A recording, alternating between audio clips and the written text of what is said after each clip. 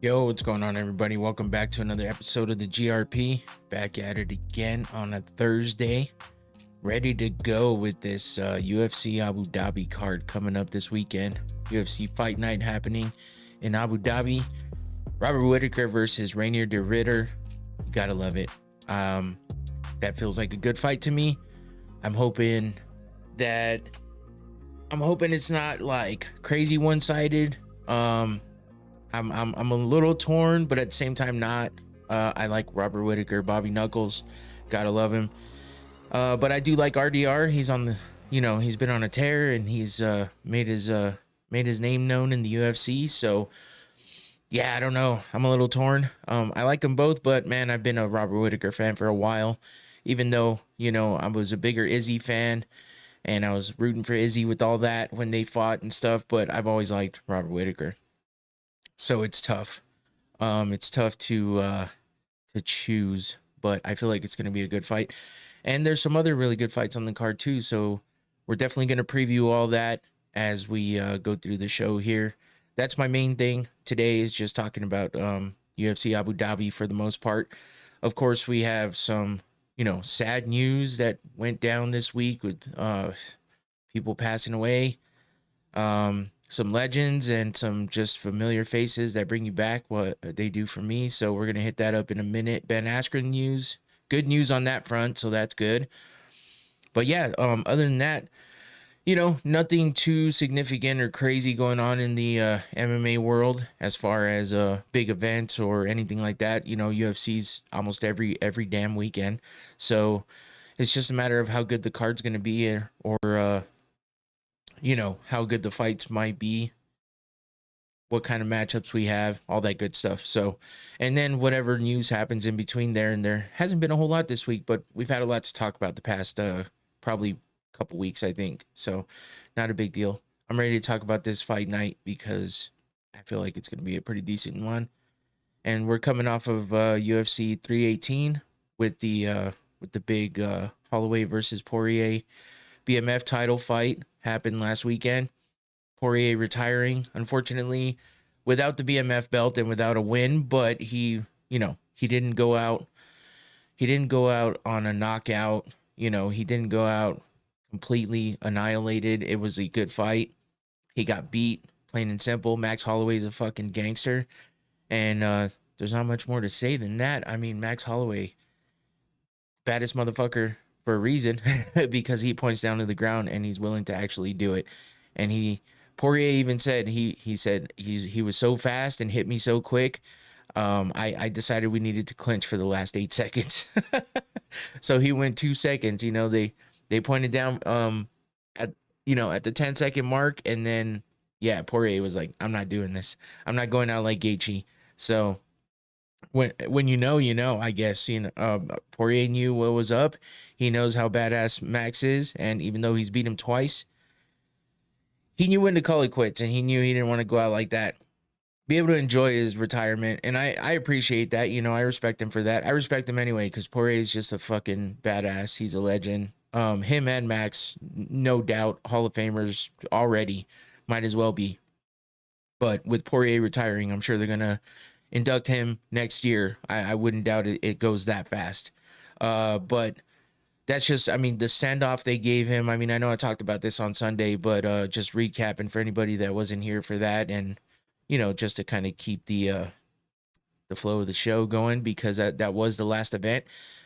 Just the send-off they gave him, especially after hearing everything throughout the week, it's just listening to everybody's reactions to how things went, and I feel like it was a good send-off. And while some people wanted to be critical of Poirier not throwing down with the rest of the round, or the rest of those 10 seconds, I don't really give a shit. Most people gave him love anyway, and that's all that matters. And I respect him for the way he went out, and for the fact that he wanted such a tough fight. He could have gotten a fight that maybe would have not been such a war, maybe would have been maybe not easier, but a little more favorable, I guess. But he beat Max twice. So, how much more favorable can you get? But when you see what Max Holloway's done lately, even though he lost to Ilya, got stopped for the first time ever, doesn't matter. just knowing what he can do, what he's capable of, and how we know Max is. There's no way around it. You got to respect it. So yeah, that was last week. The Shine Bright Like a Diamond song isn't as stuck in my head anymore. It had been for about a week and a half. it's finally getting out of my head, but I appreciate it because, whether you're listening to the Rihanna version or the one guy that sang it with all of his heart, that I don't even know who he was. I got to give him, I can't even give him credit cuz I don't remember his name, but yeah, the way he sang it, I mean, Poirier mixed it into his walkout at one point in time. So, and then you see all the videos with all of it, and it's just like, damn, there's no perfect, no better song than that, either version, for Dustin. So, I hope he continues on the great path that he's been on, and I hope it doesn't get too lonely without fighting, because those guys, they live on that shit, and when it comes down to it, sometimes they miss it so much, and they care so much about the feelings that they don't get anymore, that can't ever live up to that feeling of walking out to the cage or in a training camp or anything like that. It bugs them too much, and they come back. So Dustin went out on a good note, and it's one of the best ways to go out, and even though he didn't get the win, it didn't even matter. So I hope that he sticks to his word, and he stays retired for the reasons that he said he was gonna retire, because I respect that completely. And he didn't let the sport retire him. He retired from the sport, and that's one of the best sayings I've heard in a long time. And I've heard it before, but Dustin made it a point to tell everybody that that's what he wanted, and it just resonates. It's like, I mean, there's no way around it. It's just the best way. So yeah, that's a quick little relive of all that. But yeah, other than that, for me, it's been not so crazy of a week, but still some nutty stuff. I mean, things get weird. I had some weird stuff happen at work the other day, outside of actually working, but an incident that you just wouldn't think would happen. It was weird. I was like, what the hell's going on around here? But yeah, other than that, nothing crazy going on. So that's good. This weekend, this fight night is happening in Abu Dhabi, so it's actually an earlier card. I'll remind you of that again later, but I also have to remind myself completely because in Arizona, the main card is going to start at noon, which means the prelims will start at 9 a.m. And that's fine for me. I'm always up by that time. There's hardly ever any time that I'm not up by 9 a.m. I'm usually up by 6 a.m., which is whack, because sometimes I really want to sleep in and I just can't. That's what happens when you get old. But and when you're used to get up at 5 a.m. every morning for work. So, but yeah, 9 a.m., that's cool with me. I'm down. I like watching fights during the day, and it means whatever happens that night, I'm not sidetracked by the fights, because I'm always like, I got my phone right here. But that is the other thing. I ordered myself the new Samsung Galaxy Z Fold 7. I'm pretty fucking excited about that. My phone's been showing signs of wear and tear for a little bit now, and I've been trying to ignore it. But I had some offers I couldn't refuse. And I've had my phone for quite a while, and it's been good to me. But I use my phone for everything from prepping for this podcast to nonstop throughout the day at work. So same with my earbuds. I talked about those. Coincidentally, everything starts going out at once. It sucks, but at the same time, it's exciting to get new shit, I guess. But yeah, it's like I use my phone so much. I rely on my phone for everything, and including this podcast. So I do a lot.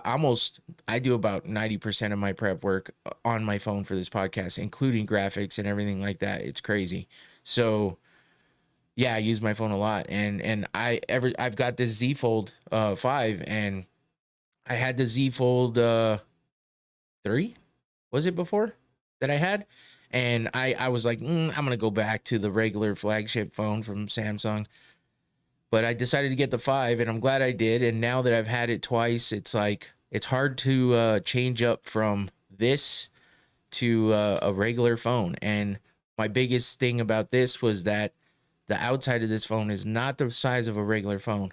So if you haven't noticed or paid attention to any of these folding phones, especially this one, it's a more narrow like footprint. So it kind of sucks because I want to use the phone like this sometimes as a normal phone, but things don't come up the same because of the fact that it's a smaller, kind of more narrow aspect ratio type shit. So, well, now the Z Fold 7 is the first one to come out for Samsung that it's going to be the size of a regular phone. They made it thinner. When you open it up, because the outside screen's bigger, this screen's going to be bigger. Pretty sick. Has a lot of stuff, and I'm excited for it. So I can't wait for that to come in. And yeah, I just been prepping all day long. I've been like, that's been in my head. I get crazy with devices and gadgets and stuff. That's how I was with all the podcast stuff when I started. So yeah, I get crazy about it sometimes, and you know, it might be good that I'm not like super rich, because I would just buy fucking everything because there's so much shit that I want, and I have to like ignore it all so that I'm not spending more money than I should be. Got to be responsible. So luckily I've been able to get the stuff I do have and make this show as good as I can, and we'll keep doing that. So yeah, let's get into some Noctane real quick. Let me shout out my sponsors, and make sure you guys hit up that chat if you got anything to say about any of the stuff going on throughout this show. Your input is always welcome. I like interacting with everybody.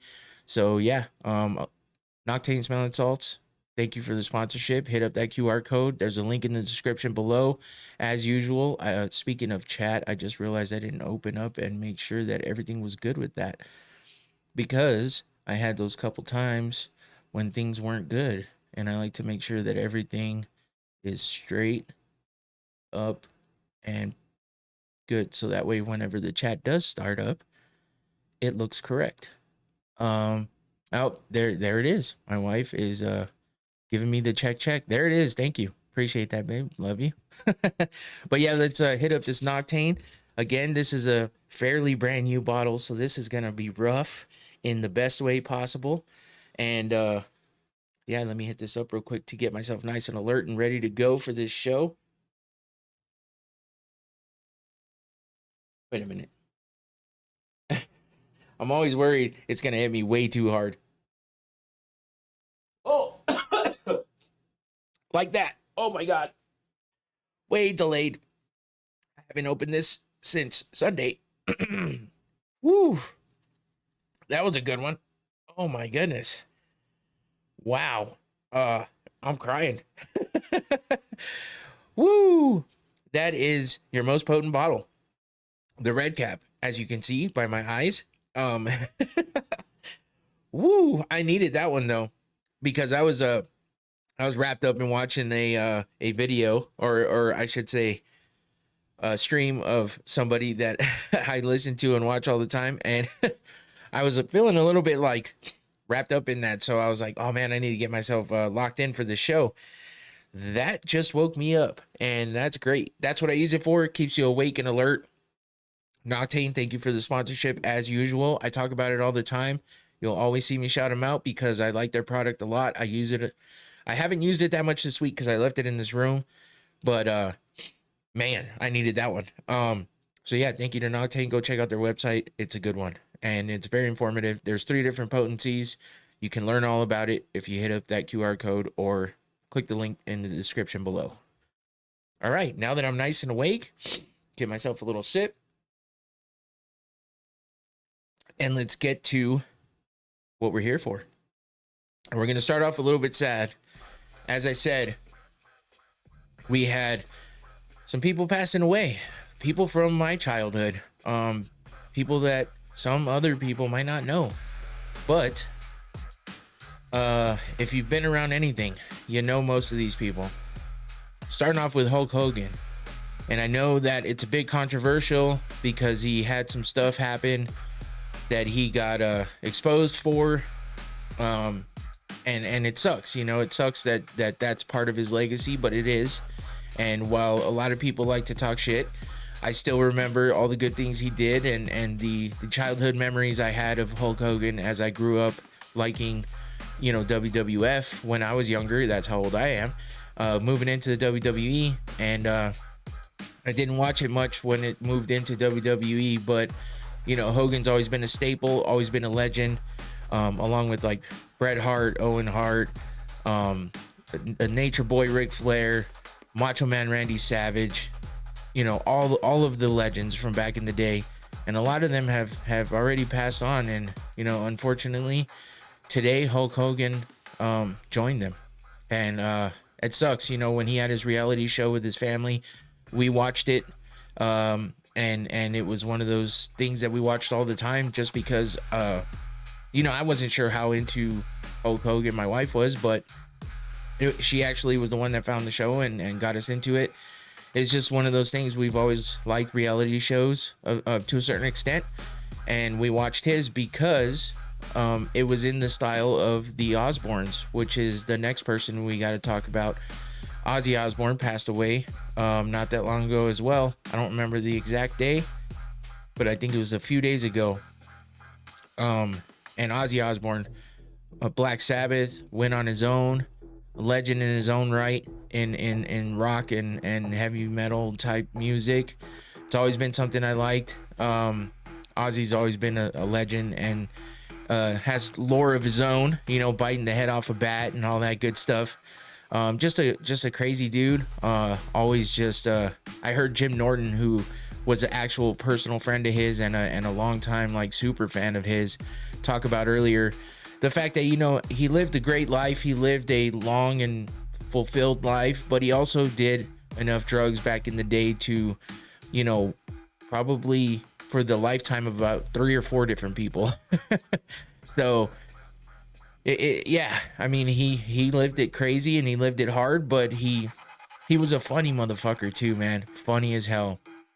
As iconic and as much of a superstar as Hulk Hogan was, Ozzy was in his own right and in his own way. So I always want to pay homage to, you know, these legends that just were a part of my childhood. So, and if you didn't know who they were, go check them out, because, you know, a lot of people still might not know just because they're younger and they don't know, you know, who these people are. They might know him from these days, just a weird guy with the big mustache and you know, crazy looking muscles, and then the old crazy guy with the glasses and the cross on his chest, and you know, and not even from their reality shows anymore, because that's how long ago those were happening. So even more so though, from back in the day, the Cosby Show, of course, you know, all the controversy surrounding Bill Cosby and everything like that. The Cosby Show was an iconic show from back in the day too, and Malcolm Jamal Warner was a part of that show, playing Cosby's son. And yeah, that was definitely a part of my childhood growing up. I learned a lot of things by watching that show, good and bad. And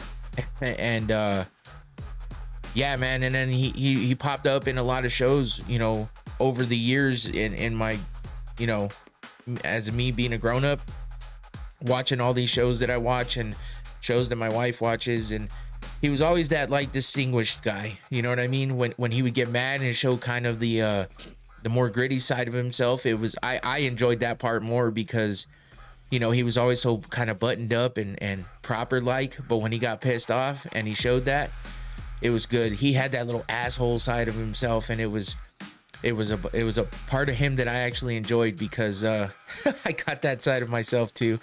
But he just doesn't look like the type, when you really listen to him speak, he spoke so well, and he had that like deep, like great voice, and he was just one of those good people that you know, to me, I thought was a good person. Obviously didn't know him personally, he's a celebrity, but what I knew of him. So and coming from shows like Cosby Show and other things that he did, it was like just crazy to see.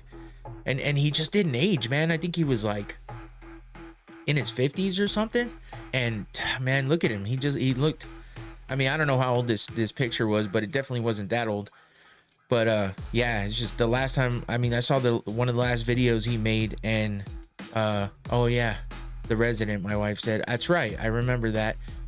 But yeah, and just the characters he played, you were always kind of like, damn, he's kind of an asshole, but he's such a nice guy at the same time. So 70 to 25, so that's what, I'm math 55. Yeah, 55. Acting like I can't do math. I can do math.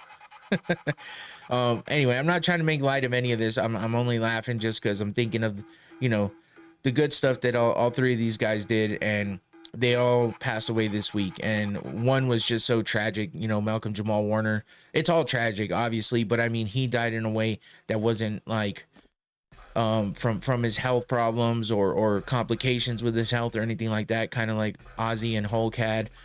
He passed away by drowning, and that's a damn shame, you know, to have his life cut so early, because you know he had a lot more ahead of him, because he always looked so healthy and always looked, you know, like he took care of himself real well. So again, I didn't know that much about him deeper than that, but that's what I knew of him, and that's what it seemed like to me. So yeah, it sucks to see that he passed away that way. You know, getting caught up in a current or something like that when he went out for a swim on his own. And you know, people like to get away sometimes and do their own thing. And when people I know do stuff like that, especially for some reason something bad happened recently, that's always the time when something crazy goes down. And it's not for any other reason than it's just coincidental fate. I don't know, but call it what you will. But those are the types of things that go down. And so I get real nervous when people take off by themselves after traumatic, you know, things that happen to them, or just, you know, in a bad way at a bad time. So I always just get worried, and because stuff like this happens, and sometimes it's because your mind is off somewhere else and you just don't realize the situation you're in. And sometimes when I'm in a bad head state and I wind up by myself somewhere, I get nervous too, because then I'm just like, this is the time that something's gonna happen. And maybe that's a bad way of thinking, because you kind of make that thing happen in a way. But you know, it's just one of those things I think about. I don't get too deep. I don't get too deep with it. But yeah, I just wanted to, you know, give a little RIP type summary of all these, you know, these three guys I consider all legends of TV, legends of music, legends of sports entertainment. For all, and they say that these bad things happen. The deaths of celebrities always happen in threes, and that was 100% true this time. And ever since I heard that, it's always been a thing that I look out for. And it sucks when it goes down and actually happens that way. I'm just like, why does it have to happen that way? You know, because then you're just like waiting for the next one. And then when it winds up being another one soon after, you're like, no, let's not let this be the beginning of the new cycle. Like, we can't have it. But just these beloved characters, regardless of the bad stuff that they might have got themselves wrapped up in, we still remember them for all the good things they did and all the memories they made for us, and all the things that you remember while, you know, having known these characters. So just something I wanted to put out there. Hulk Hogan being a part of sports entertainment that's wrapped up deep in MMA and a lot of other sports that we watch. Ozzy providing the music for a lot of the people that are wrapped up in sports, and you know, athletes using his songs as walkouts, hype videos, and all that. And then, you know, Malcolm Jamal Warner being a part of TV shows that all of us loved and watched on our downtime, growing up as kids, and everything else. So staples in you know, pop culture and history. RIP to them. Condolences to all their families. And yeah, that's it. I just wanted to give my respects to all of them. So let's move on to a little bit lighter news and stuff, while it comes out of some darkness and some sadness.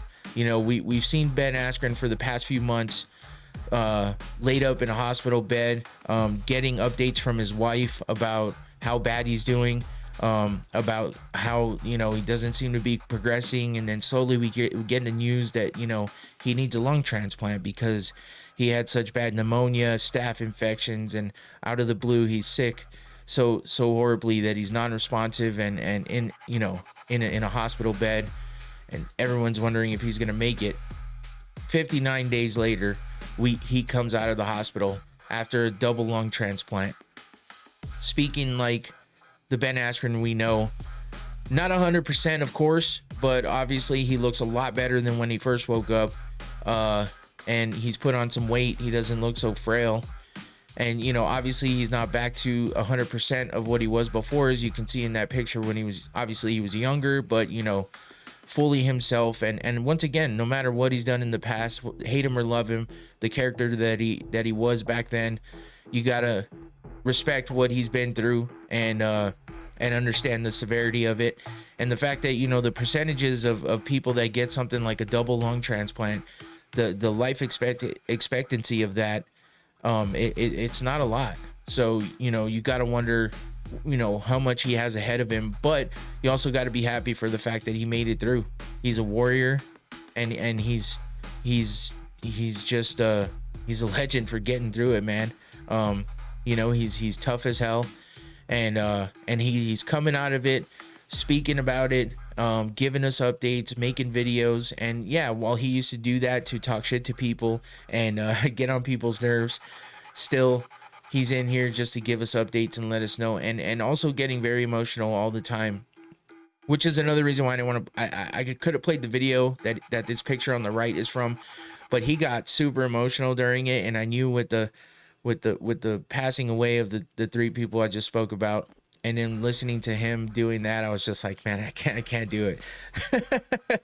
So I you know, it's this, at least this isn't more happy, but you know, he gets choked up and he starts tearing up when he talks about the love and you know, and support that he's gotten from everybody in all of the communities that he's a part of. So, and the fact that he you know, basically died like 4 times, or nearly passed away, whichever it is, and the fact that he got through all this and he gets to go home and he's home now is just awesome. So I wanted to just give an update on that because I've been covering it from the start and giving updates as we've gone, and I'm just glad that he's doing better, and let's hope that he continues to do better and he lives as long as he can. So yeah, that's it for that. And let's go to some MMA stuff now. Let's get out of all of this and let's talk about some breaking news that happened earlier this week. On Tuesday, I believe, Dana White gave us some matchups that will be coming up here in the near future in October. We got the rematch, Magomed Ankalaev versus Alex Pereira, again for the light heavyweight title that Ankalaev beat Pereira for a while back. And you know, while everyone was kind of frustrated with the fact of how he won that, because we're so used to the explosive and crazy ways that Poatan would win, we get Ankalaev coming in and just, you know, kind of dominating him and beating him in a different fashion by unanimous decision, but also just the fact that he beat him is just crazy. And while a lot of people thought that it'd be the wrestling and the grappling that would beat Poatan, it seemed like the all-around game of Ankalaev is what did it. So now we get the rematch happening in October 4th. Now, if you remember, September was supposed to be UFC Noche, and it was supposed to happen in Mexico, but because the venue wasn't going to be ready in time, the new venue that they were building wasn't going to be ready in time, they went ahead and moved it to San Antonio, and they moved it to a fight night instead of a pay-per-view. So now we no longer are having a pay-per-view in the month of September, but in October we have 2 pay-per-views just like we did in June. So I will give you an update on the second one right after we get through these matchups that were announced. So Ankalaev versus Pereira 2. I'm sure you've been looking at these other 2 matchups here. We got Merab Dvalishvili versus Corey Sandhagen, the Sandman versus the Machine.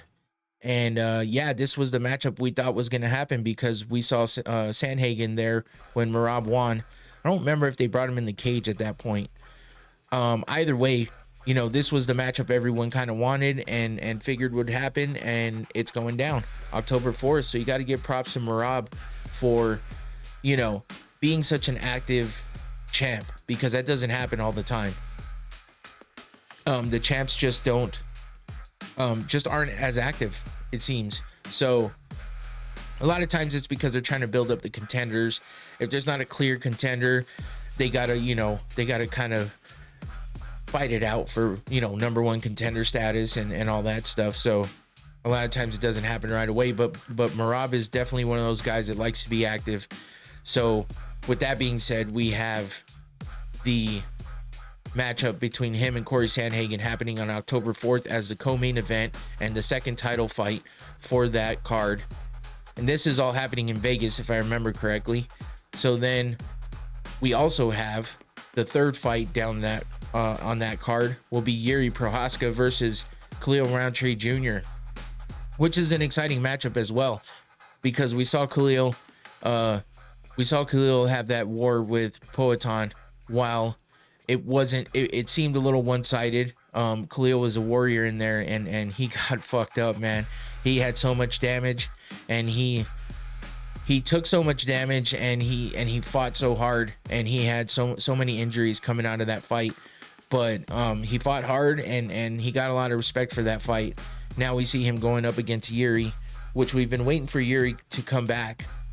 And I want to see real quick who his last fight was and how long ago it was, because for some reason I can't remember at the moment.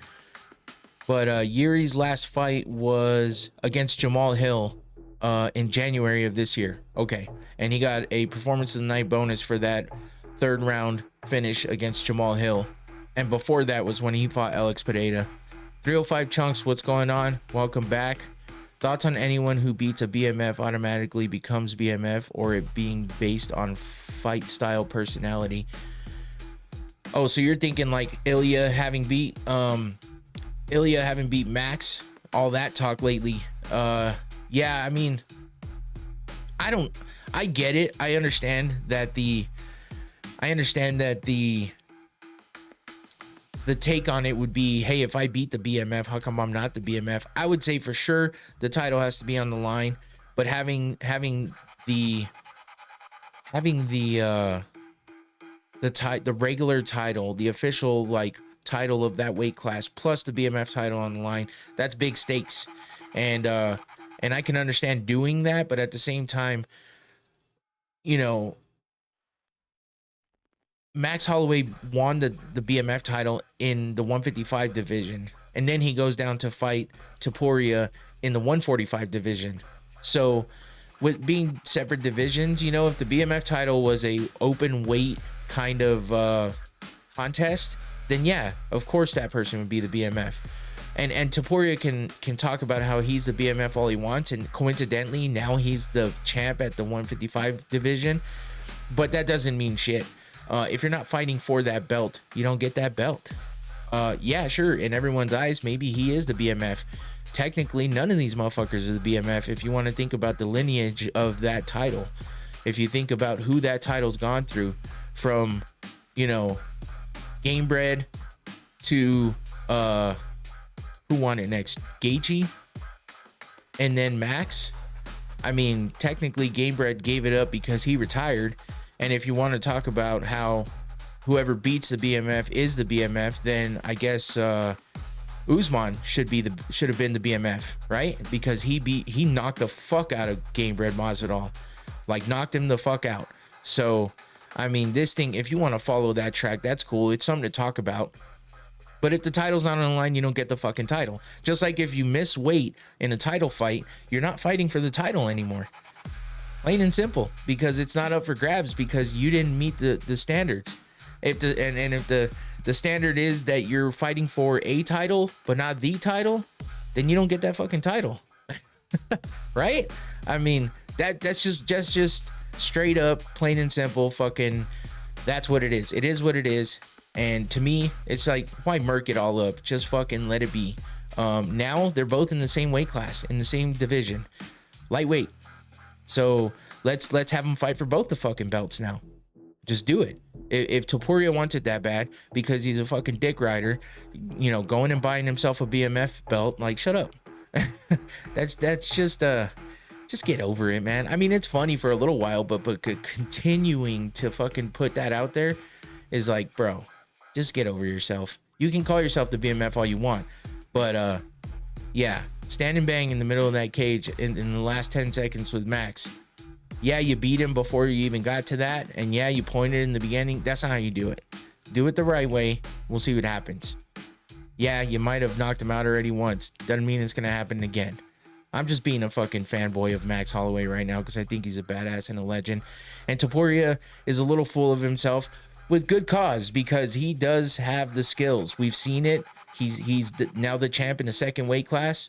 I get it, you know, but I don't know, man. I always get this chip on my shoulder for the guys who are like out there talking about how fucking good they are. Even when it's somebody I like, I'm like, bro, chill a little bit.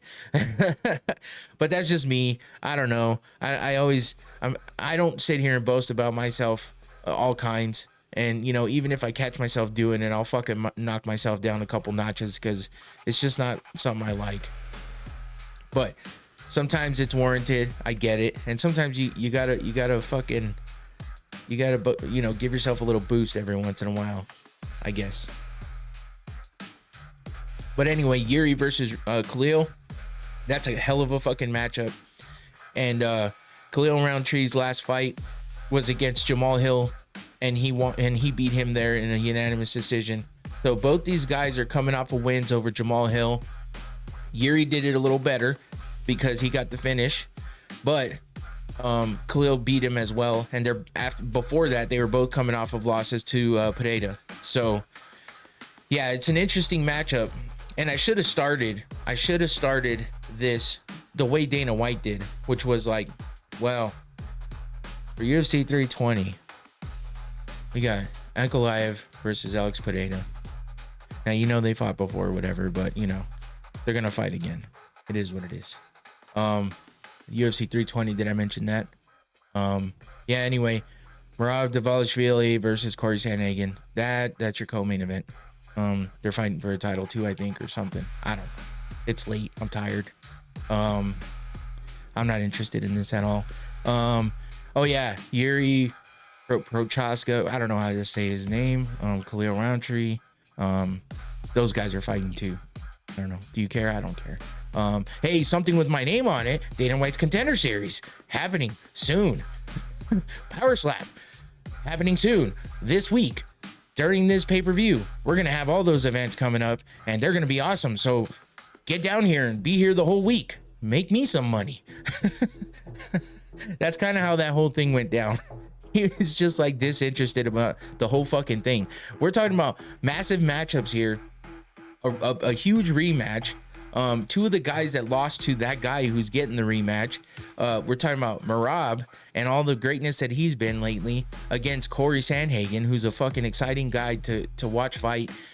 And he's just talking about it like, whatever. And then he talked about Ankalaev. Oh, I forgot Ankalaev's win streak. Oh, that's the second most winning light heavyweight, second most win streak, next to John Jones, the GOAT. Talk shit if you want. Let it start. Here we go. It's just like, I don't know what the fuck he was doing, man. It was the funniest shit. I wanted to make a video so bad. I just couldn't find the time to do it, and I overthought it. I got to start jumping on these things and making these videos because I had a whole plan, and this is some shit that I do. I gotta get away from this mental block. I have these thoughts and these ideas, and I never pull the trigger on them. And I got to do that because I got to start putting more content out there. I haven't been doing enough. I feel like I've been doing it a lot here, but not with my other stuff. And I need to do it. And I need to start jumping on these things. So the other matchup that he wasn't crazy excited about, but everyone else is, you know, at least for the fact that we finally got a fight announced for Tom Aspinall. And that is he's fighting Cyril Gane. We kind of all knew this is going to be the way it went. But here's the thing. If Alex Pereira can beat Magomed Ankalaev and maybe get one more win, another defense there, or maybe not even, win in a big way against Ankalaev, fuck the rubber match. Get your ass up to heavyweight, because what else is really going on in light heavyweight that Pereira hasn't already done? So move on up to heavyweight like we already thought he was going to, and be the first guy to fight for 3 division championship against against Tom Aspinall.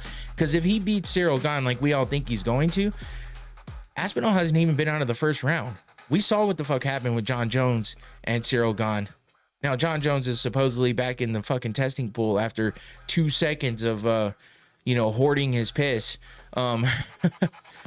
BMF requires a certain fight. Oh, I'm sorry. Can you think of a good fighter but is not a good fit for BMF?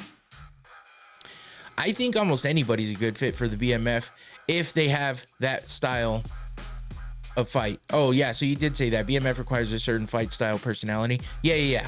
I believe that. That's a good point. And then 305 said, "Can you think of a good fighter?" No, because I think anybody I can think. Well, yeah, maybe I can. Like maybe Merab. I think maybe Merab is a good candidate for the BMF title because of his, what he's done in his weight class and the way that he fights and the fact that he never gets tired. But his style, I mean, he has the personality for sure, but his style is not a good one for the BMF. I think somebody that is supposed to be the BMF is somebody who's a finisher, whether it be an exciting submission or it's a knockout like we've seen. The BMF fights have been all out wars. And I think that's what the BMF title was supposed to be about from the get-go. You're talking Jorge Masvidal versus Nate Diaz. Those motherfuckers go out there to fight. They're throwing hands, they're throwing kicks, and they're fucking doing everything they can to finish the fight. Diaz gets bloodied up. Masvidal takes damage too, but they're both moving forward and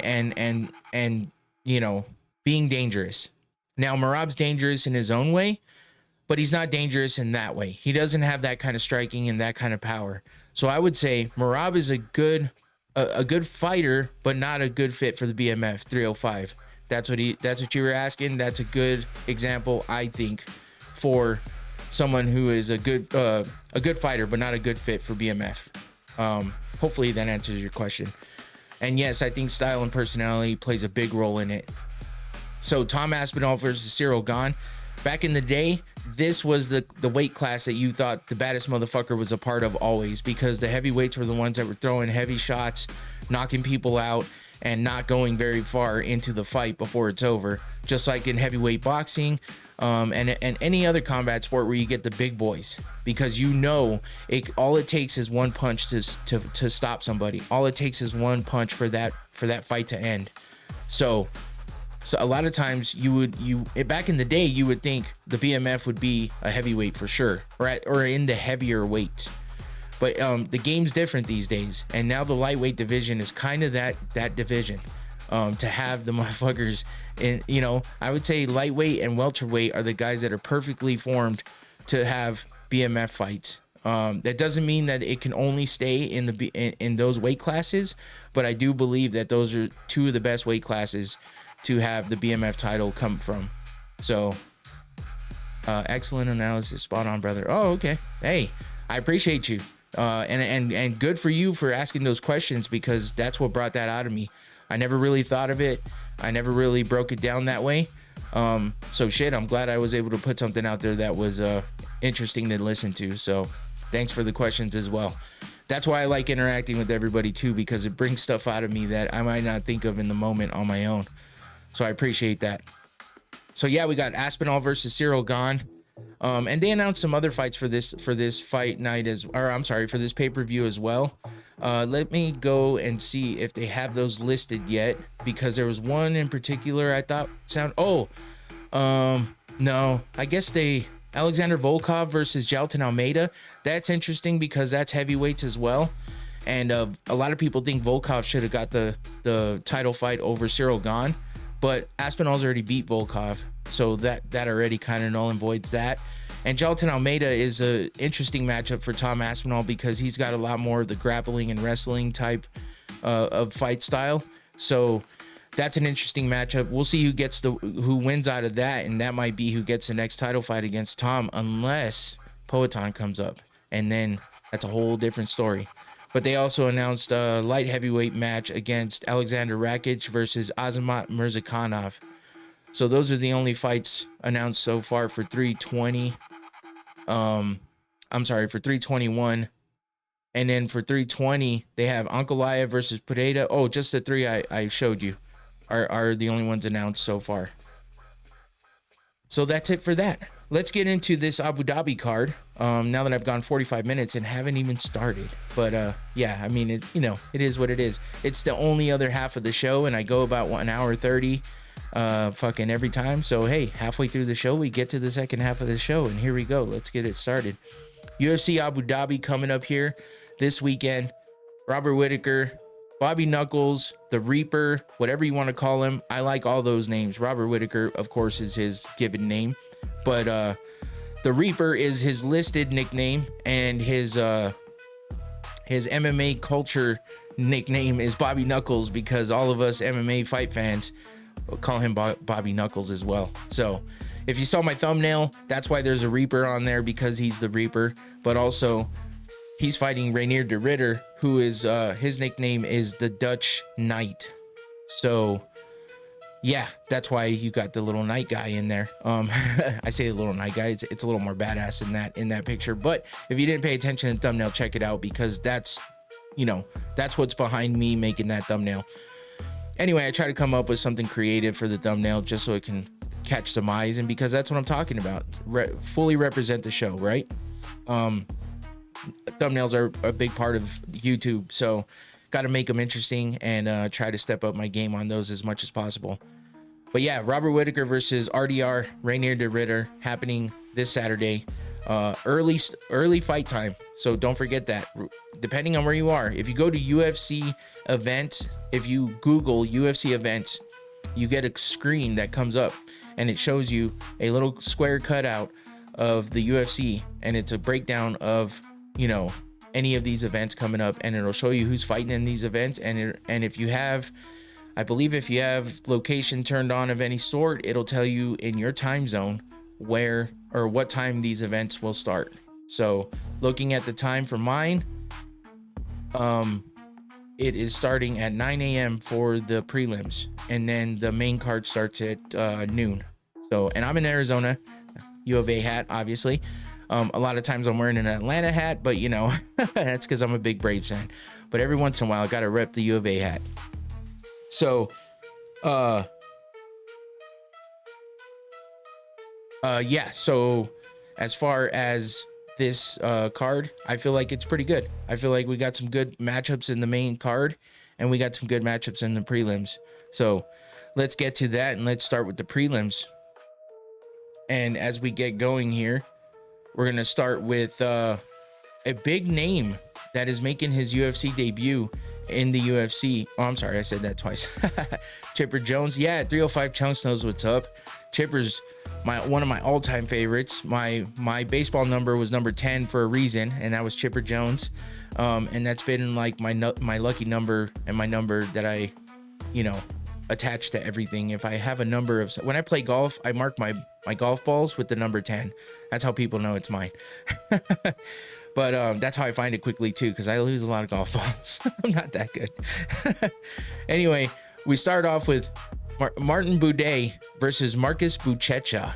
And if you're a combat sports fan and a jiu-jitsu fan and an MMA fan, you know who Buchecha is. And that's because he's been around for quite a while. He's made a name for himself. He's won massive amounts of he's got massive amounts of accolades behind his name, including lots of jiu-jitsu tournaments that he's won, IBJJF, ADCC. He's been a champion in so many of these different grappling and jiu-jitsu tournaments.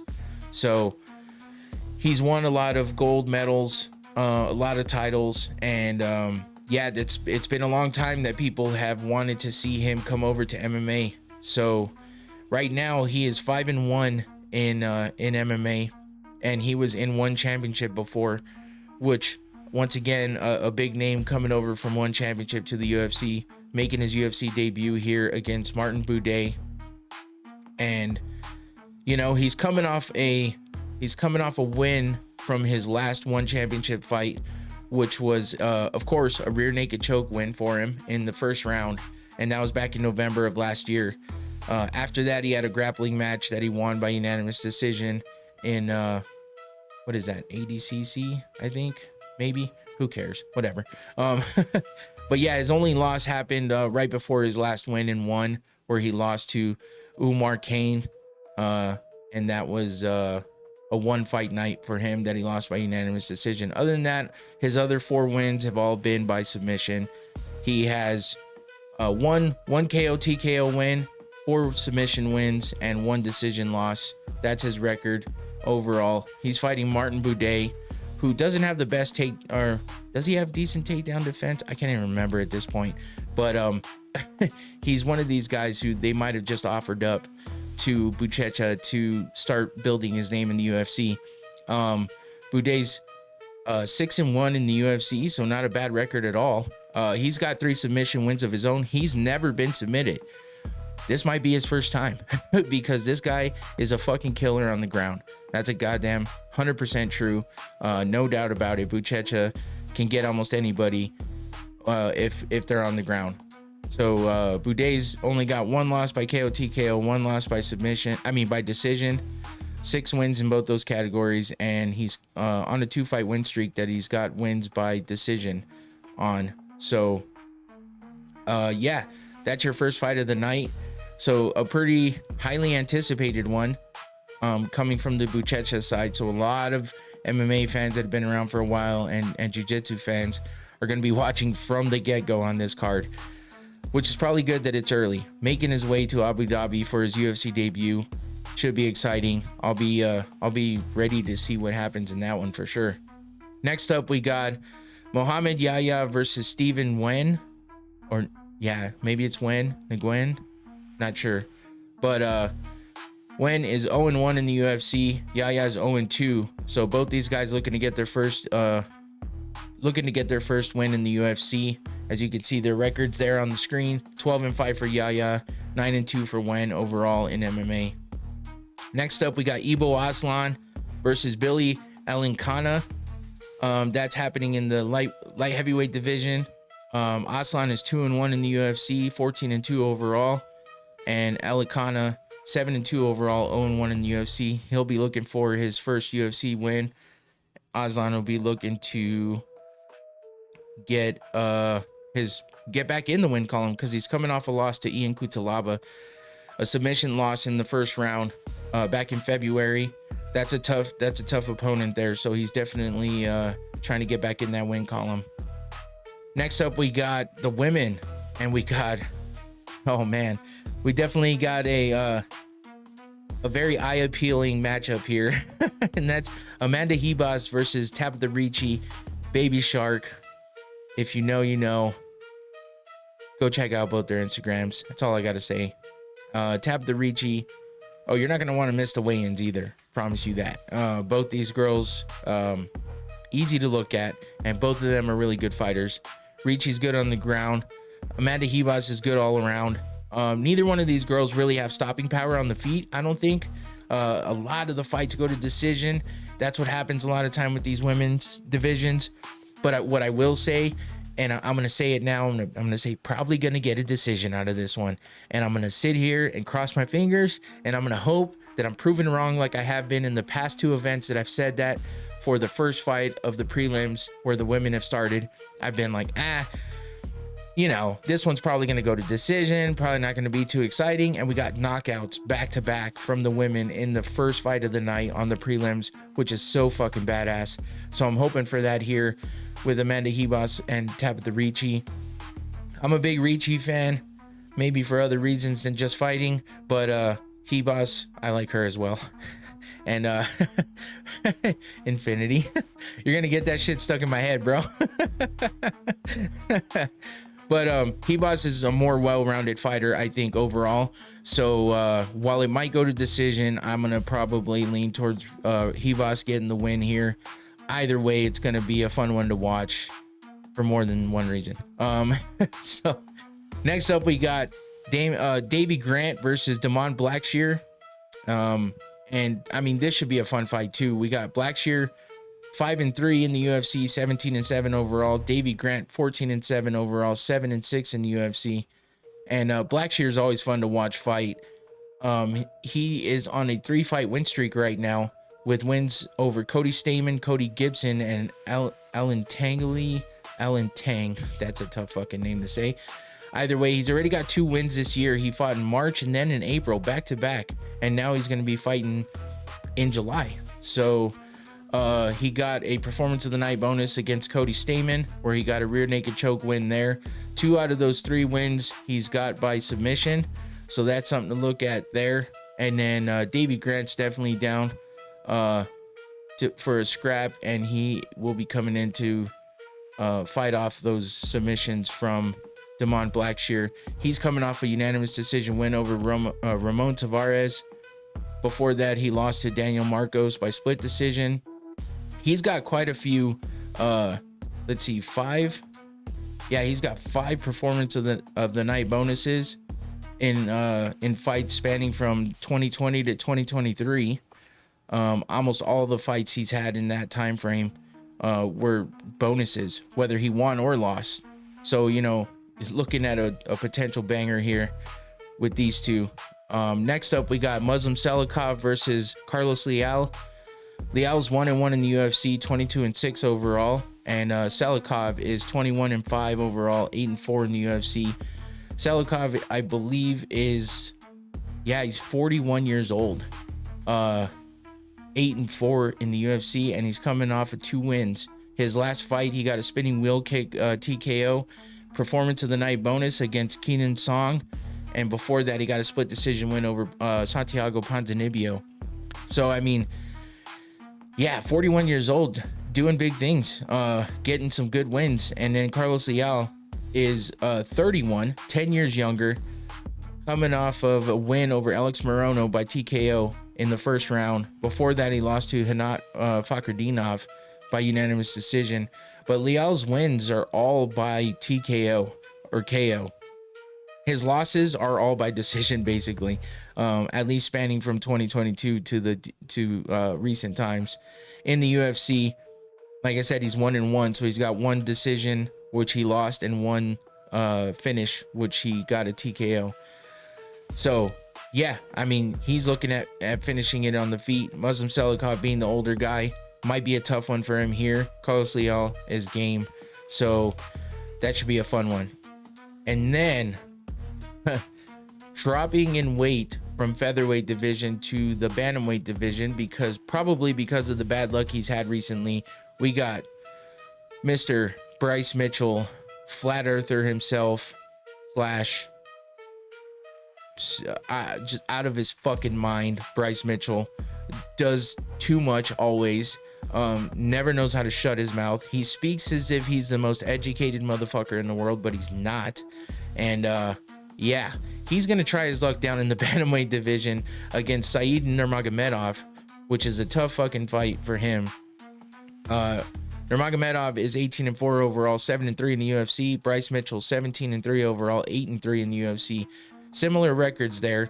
Bryce Mitchell coming off a loss to Jean Silva with that ninja choke, which he kind of got dominated in. Now, he did get that win against Kron Gracie with the elbows, but I mean, who are we kidding here? Kron Gracie, if he's pulling guard the whole fucking fight. So it's not like it was a fun fight. That was kind of a gimme for Bryce Mitchell, and if he didn't win that one, that would have been a lot of trouble for him. But you know, so he's 1-2 in his last 3 fights since he got knocked out horribly by Josh Emmett. And man, that was a scary knockout. He didn't wake up for a while. He was convulsing on the mat. It was crazy. And Bryce Mitchell killed the guy. So damn near, at least. Yeah, so I mean, did I say Bryce Mitchell? I meant Josh Emmett. You know what I mean. Damn it, I fucked it up. But yeah, Said Nurmagomedov coming off of a loss to Vinicius Oliveira. I mean, that's lock dog. We just saw what he can do. and he's a badass. So that was a unanimous decision when he went all 3 rounds with him, and it was a fight of the night. So that tells you something there. Saeed's game, ready to go. He's gonna bring the fight to Bryce. And before that loss, he had a win over Muin Gafurov by guillotine. So we might see some action on the ground here, because both these guys have some good submission wins. Nurmagomedov has never been submitted. He's got 6 wins in that column, 4-0 by KO TKO and 8-4 by decision. I meant to check and see what because Bryce Mitchell has had some of the craziest submissions. He had those, I think he's had 1, maybe even 2 twister submissions in the UFC. I think 1 for sure. No, I know 1 for sure. I mean, I'm not sure about the second, but he's 9-2 by submission. So he has been submitted in the past. One of those times being his last fight against Jean Silva, but Jean Silva's a fucking beast. So he's 1-1 by KO TKO, and I just talked about that 1 loss, and he's 7-0 by decision. So yeah, that should be an interesting fight, and that's going to lead us into the main card. And let's move on over to that and start off with Nikita Krylov versus Bogdan Guskov. Not a bad fight to start the main card. We got Krylov at 33 years old, 30-10 in MMA overall. That's a lot of that's 40 fights, bro. That is insane. He's 11-8 in the UFC, 12-2 by KO TKO, 16-6 by sub, 2-2 by decision. He's coming off a loss, while Guskov is 32-17-3 in MMA, 3-1 in the UFC, 14-1 by KO TKO. 32-1 by submission. What in the fuck? That doesn't even make sense. Did I fuck that up? I sure did. It's 3-1. I was like, wait, that doesn't make sense at all. I must have fat fingered something on that one. Like right away didn't make sense. So my bad on that one. He's 3-1 by submission, 0-1 by decision. He's on a 3-fight win streak with wins over Billy Alencana, Ryan Spann, and Zach Palga. He's got two out of those 3 are performance of the night bonuses, with the wins over Palga and Spann, which we just saw Palga in Karate Combat fighting for the tournament win against Robelas de Spain, which he unfortunately for him lost.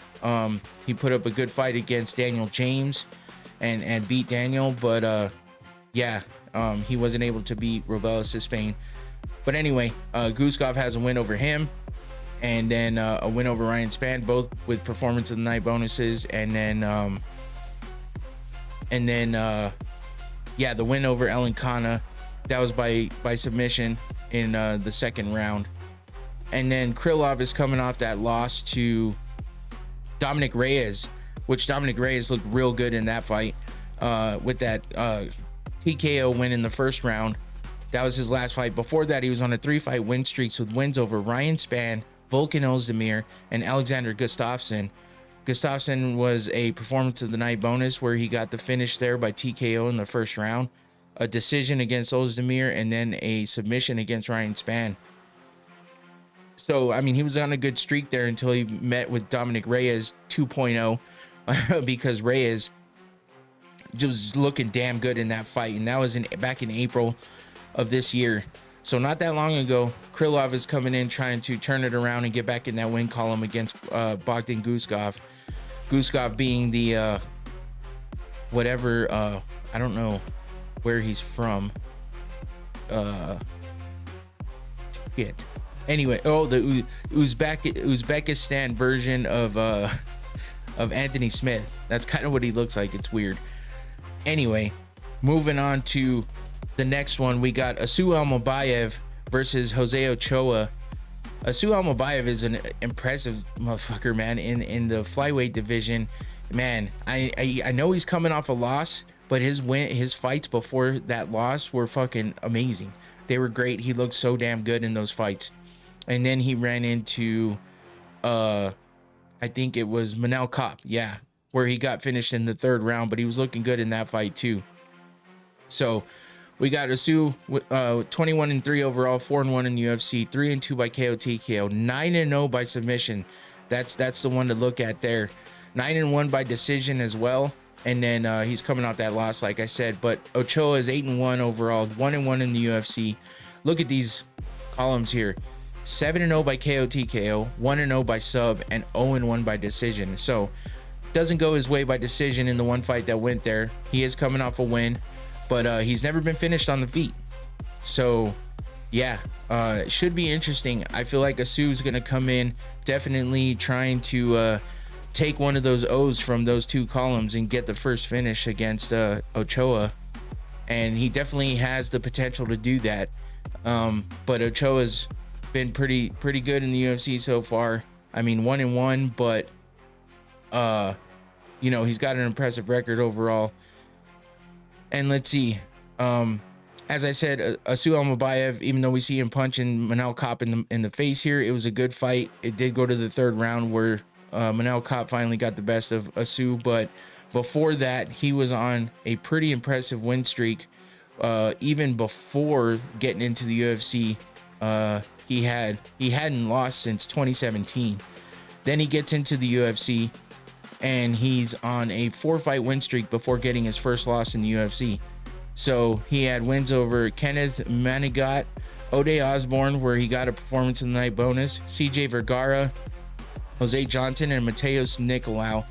And then he met Manel Kopp and got his first loss. Jose Ochoa has only had 2 fights in the UFC, and he's coming off a win over Cody Durden, where he got a performance of the night bonus there for his finish of Cody in the second round by TKO. And then before that, he lost to Loner Kavanaugh, which that's a tough opponent there. Unanimous decision loss for him on that one. And yeah, so that is that fight, and I feel like it has definite potential to be a good one. These flyweights get after it. They put in the work, and they're active throughout the entire fight.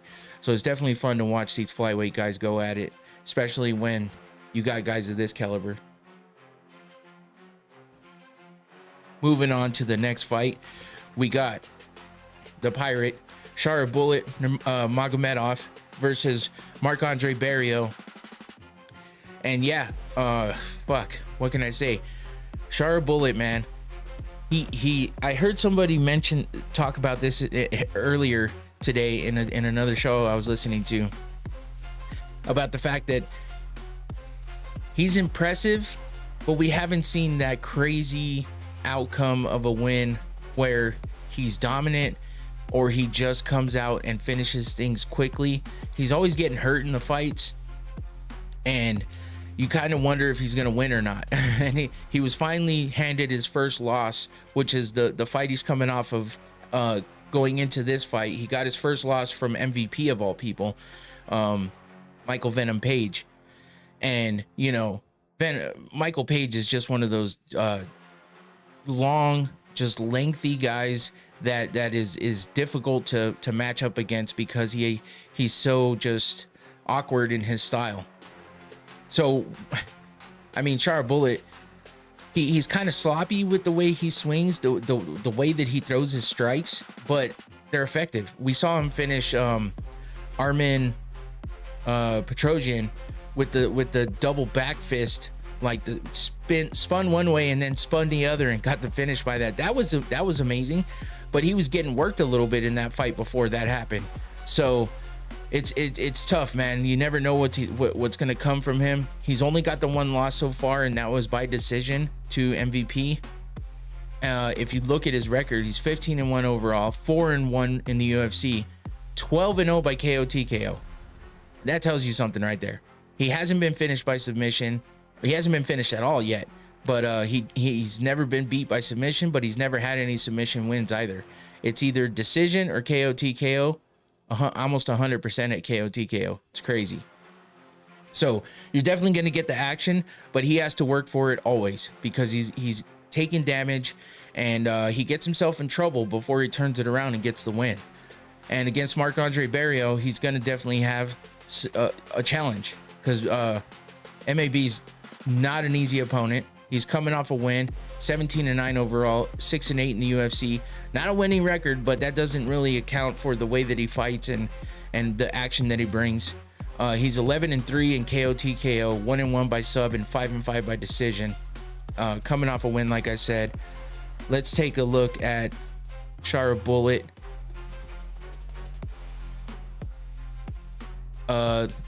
Let's see. Where am I at here? I lost my mouse is going crazy. Okay, Shara Bullet, like I said, coming off the loss to Michael Venom Page. Before that, his 4 wins in the UFC were to Bruno Silva in his debut. That was a unanimous decision win. And then he had a TKO win against Antonio Tricoli, and that was a performance of the night bonus. A performance of the night fight of the night bonus against Mikhail Oleksiejczuk, where he got a unanimous decision win, and then the TKO double spinning back fist win over Armin Petrosian, where he also got performance of the night there. And then he met Michael Venom Page and was handed his first loss in UFC, first loss in his career. So, and then Marc-Andre Barrios coming off a win over Bruno Silva with a first round TKO and a performance of the night bonus. Before that, he was on a 3-fight losing streak with losses to Dustin Stoltzfus, Joe Pyfer, and Chris Curtis. All really, really good opponents, really tough opponents. He lost by a split decision to Curtis, and then got TKO'd in the Pyfer and Stoltzfus fights. So that was a tough one to say. So yeah, I feel like we're definitely going to get some action in this fight. Both these guys like to stand and bang. And like I said, Shara Bullet gets hurt, but we've seen Marc-Andre Barrios get beat a lot as well. So some action on the feet, and it's going to be a fun one going into the co-main event, which is Petr Yan versus Marcus McGee. This one's definitely going to be exciting. Well, maybe. I feel like they both have they're both definitely fighting for, for a path to the title. Marcus McGee is only 4-0 in the UFC, but he's been doing big things there. Obviously on a 4-fight win streak because he's 4-0 in the UFC. But Petr Yan, former champion, lost it in the worst way by an illegal knee to the head to Aljamain Sterling, and then was not able to regain the title. So that kind of messed with his head, I feel like. And in the end, he just couldn't overcome it and make his way back to the title fight yet. But maybe soon. He has lost to the champ right now, which is Merab Dvalishvili. And Merab, made it look easy, kind of. So, yeah, but he is 18-5 overall. 10-4 in the UFC, 7-0 by KO TKO, 1-0 by sub. So he's never been finished, which is interesting. And then you got 10-4 by decision. He's on a 2-fight win streak. And then Marcus McGee is 4-0 in the UFC, like I said, 10-1 overall, 8-1 by KO TKO, 1-1 by sub, 1-0 by decision. Yeah, then the only loss where he's been finished is that submission loss. Let's take a look at Petr Yan real quick and look at who he fought recently. Davison Figueiredo, he got a unanimous decision win against him in November of last year. And then Song Yadong before that. But yeah, after he lost the title fight, he went on a 3-fight losing streak with losses to big names though. Merab Dvalishvili, Sean O'Malley, and Aljamain Sterling. Big names there. Those are very, very tough opponents, obviously. And yeah, he lost that title to Aljo, which he was winning that fight. That's what's crazy, and that's why a lot of people hated on Aljamain, because they say that he had the best acting ever in the UFC with that knee to the head on the ground. But it was an illegal strike, no matter what you fucking think. No matter what you think, it was an illegal strike, and let's see you act right after getting kneed in the fucking head.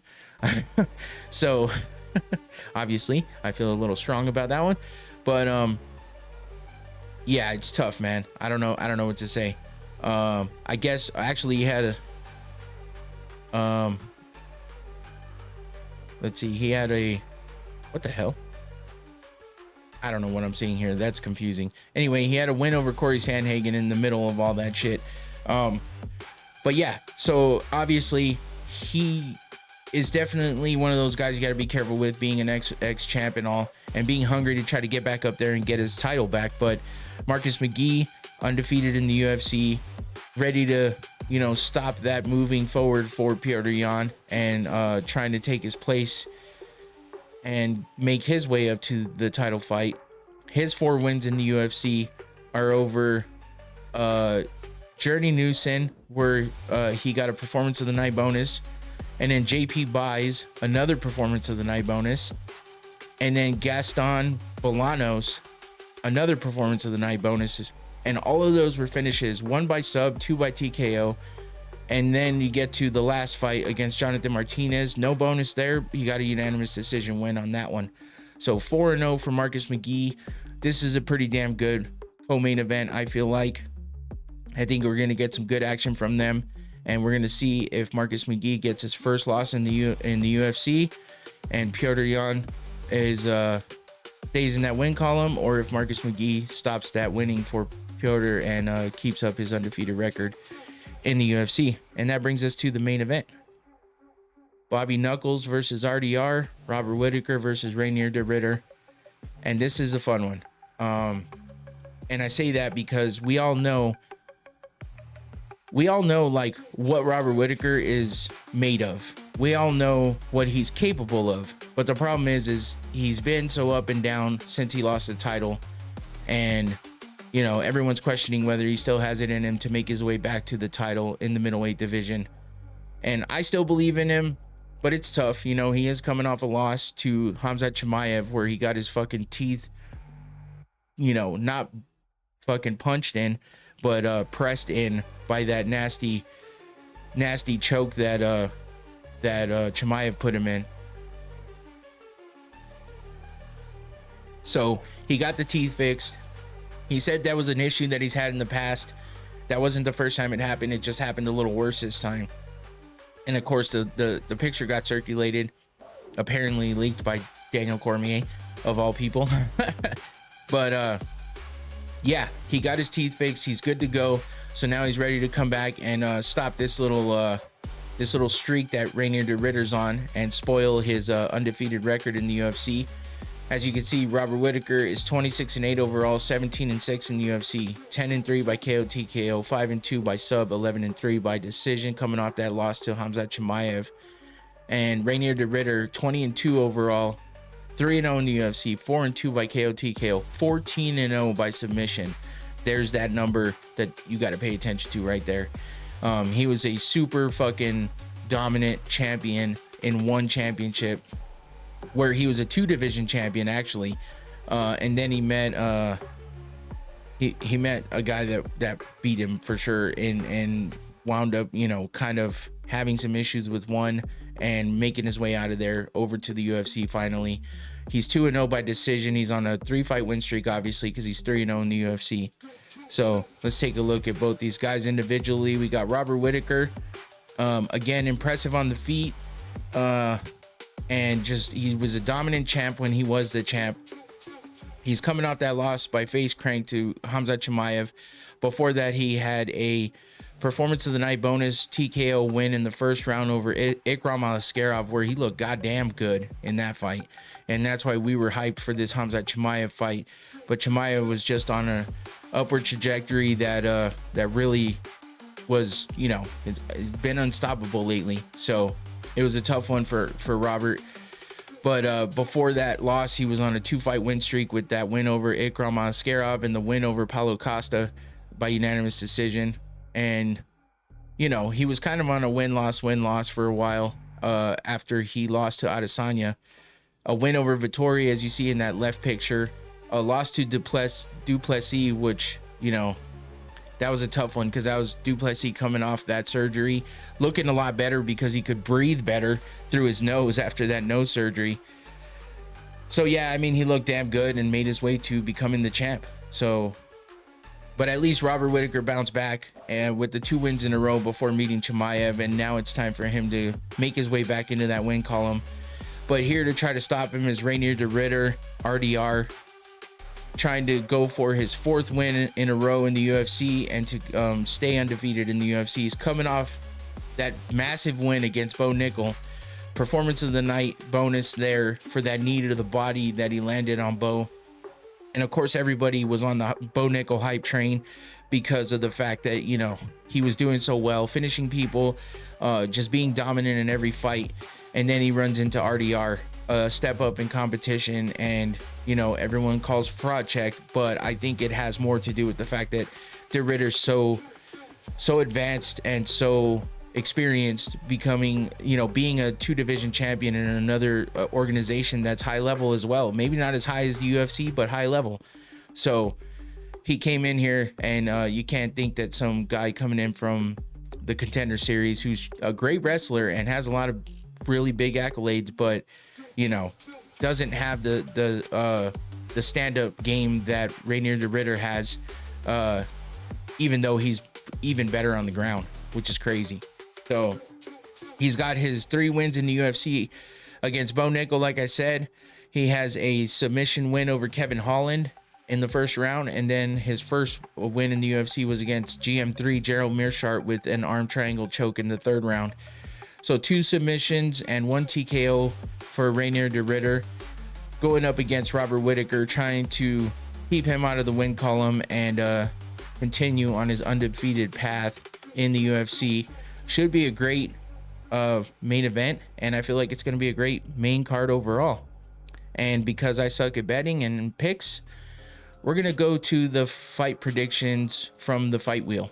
So random predictions from the fight wheel is how I do it, because my predictions suck, and I'd rather just make it a little interesting by going rando with the predictions. So let's get into that here.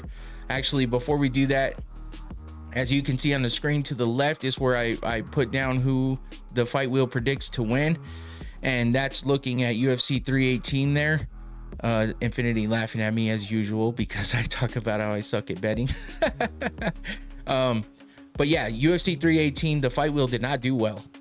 First of all, it predicted Max Holloway for the win, which he did get. So that was the one win for the fight wheel. It predicted Kevin Holland over Daniel Rodriguez, which did not happen. Dan Ige versus Patricio Pitbull, again, not a good pick. Daniel Zellhuber versus Michael Johnson, not a good pick. And then Paulo Costa versus Roman Kopylov, the only other pick that the fight wheel got correct. So yeah, that's that for the predictions from last week. Let me clear those out. 2 and 3 for the fight wheel, not good. What the hell am I doing here? There we go.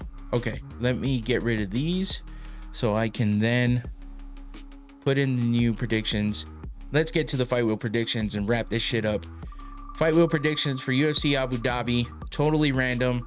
Here we go. First fight, first prediction: Shara Bullet Magomedov to beat Marcus McGee and take his O away in the UFC. That's your first one. Let's go with, we'll just write Bullet for Shara Bullet. Easier than any of the other names. We'll remove his name and Marcus McGee. Get that out of there. Let's go for our second fight wheel prediction for UFC Abu Dhabi. Coming up with the main event, maybe? Oh, shit. Reinier de Ridder continuing on his undefeated path in the UFC. So the undefeated guys look like they don't want to lose, according to the fight wheel. Reinier de Ridder for the win against Robert Whittaker in the main event of UFC Abu Dhabi. We'll remove his name. We'll remove Whittaker's name. I don't like that fucking pick. I'm going for Whittaker, but I do like RDR, so it is what it is. Third fight. Here we go. No, it's just random order because I just throw them all into the wheel. Bogdan Guskov getting the win over Nikita Krylov. That's your next prediction from the fight wheel.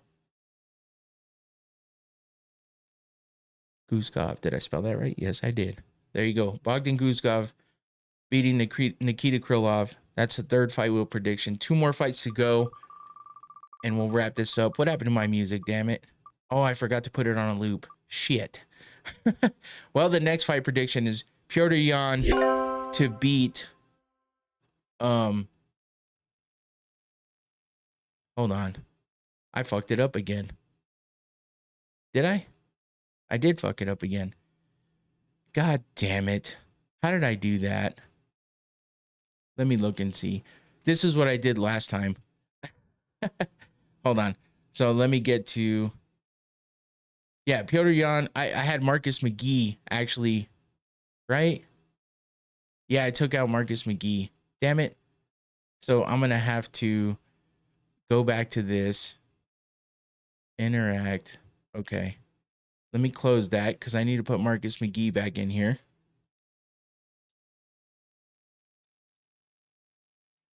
There we go. We'll just do that. And then I've got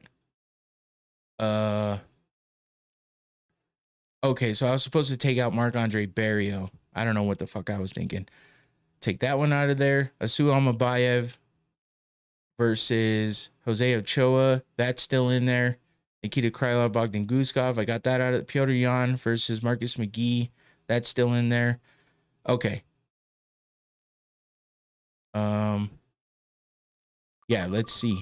Here we go. Now we'll get the correct ones. My bad. I'm screwing it up. Okay, Asu Almabayev to get the win over Jose Ochoa. That's not a bad pick. I can definitely see that one happening. All right, now that we got this straight, we'll go for our last pick here and redo this. Petr Yan versus Marcus McGee. I took out McGee, gave Petr Yan an unfair advantage, but the fight wheel still says Petr Yan's going to win. So there you go. There's your fight wheel predictions. Remove that. X out of that. Okay on that. There we go. Sharp Bullet to beat Marc-Andre Barrios. Reinier de Ridder to beat Robert Whittaker. Bogdan Guskov to beat Nikita Krylov. Asu Almabayev to beat Jose Ochoa. And what's the last one? Petr Yan to beat Marcus McGee. There we go. There's your fight wheel predictions, even with me messing up. Sorry about that. It is what it is. I need to find a way to distinguish the difference in all these and make sure that I'm not doing that in the future. But that's it for that. There's your picks. And yeah, this should be a pretty good night of fights for UFC Abu Dhabi.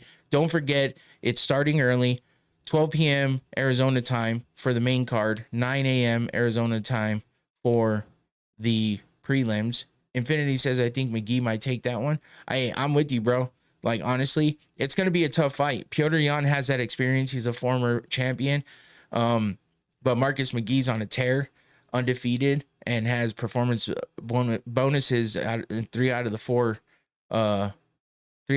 fights. So, I mean, he definitely has the potential to do it, but is he going to be able to beat the experience and the vet of Petr Yan, ex-champion? I don't know. We'll have to wait and see. Not a bad pick for you though, Infinity. And yeah, that about does it for me. So don't forget to come back on Sunday when I will be recapping this entire event, and we'll talk about what happens in UFC Abu Dhabi and maybe some other things depending on what happens between now and then. Usually I like to just keep it straight up to the recap. All right, Infinity, appreciate you. Yeah, I usually keep it to the recap, but if anything big happens between now and then, I'll talk about that as well. So come back on Sunday for the recap show for UFC Abu Dhabi. Don't forget it's early. Don't miss it. Enjoy the fights this weekend. That's it for me. I'm out of here. Don't forget to like, subscribe, hit the notification bell, do all the good stuff for YouTube. Like it, share it if you're listening to this after the live. Go throw a comment in there. I'd appreciate that. That helps me out with the algorithm and all that good stuff. So enjoy the fights. That's it for me. I'm out of here. Peace.